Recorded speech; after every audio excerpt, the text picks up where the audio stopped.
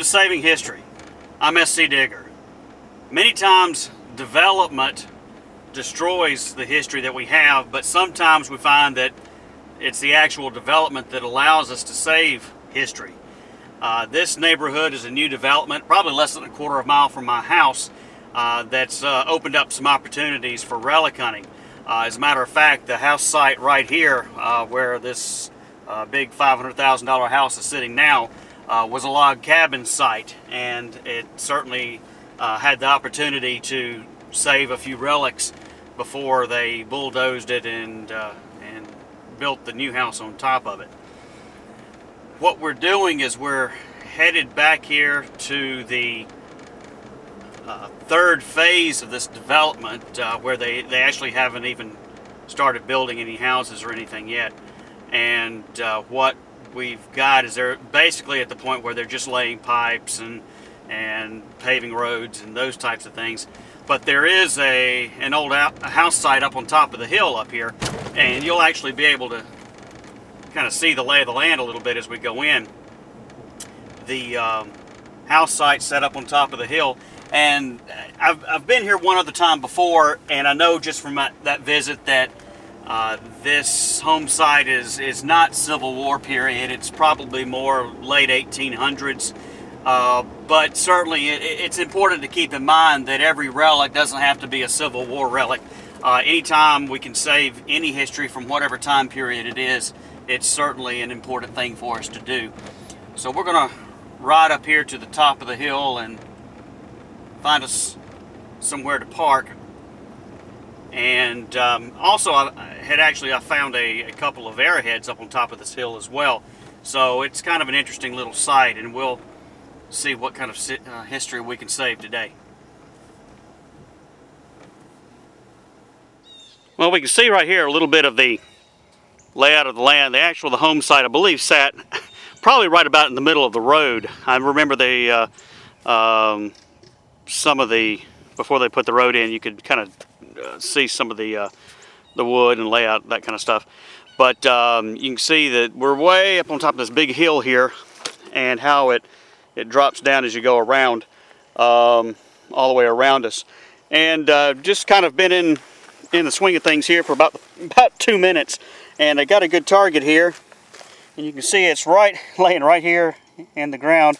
Go ahead and pick it up for you. It's a nice brass thimble there. Pretty cool little find. Well, it looks like we got the first coin of the site. I just barely uncovered it right here. It looks like it's going to be, maybe a penny or a copper or something like that. There's distinct outline of Lincoln's head, so my guess is that it's probably going to be a wheat penny of some kind. Yeah, it's definitely a wheat penny. Well, like everywhere else in this country, we have not had very much rain, and I mean, I'd probably say we've had one good rain all summer long, and this ground is about as hard as concrete, about as hard as that asphalt is right there. So I've been chipping and digging on this hole right here for about 5 or 10 minutes, and finally got the target out of the ground. I'll show it to you real quick. What we ended up with was a nice little, about a half of a harmonica reed. So it's a nice little relic. There was a heck of a lot of work to get to it, but sometimes you got to be persistent and get that relic out of the ground. Well, I'm just about ready to pack it in. I got one last good target right here, and just flipped the target out of the hole, and I can see it actually in the dirt. And I wanted to show you what I have here. Don't know exactly what it is, but we'll take a look at it together. And I'd say it looks like the edge of a coin, so we'll find that out here in just a sec. So let's take a look at what we got here. You can see it right there in the side of the dirt there, like some kind of a copper or such. So let's go ahead and break it out of there.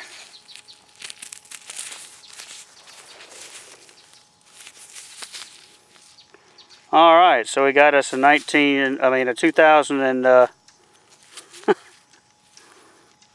don't even know what year it is, but basically it's a modern quarter. Well, to say the least, that last target was a bit disappointing.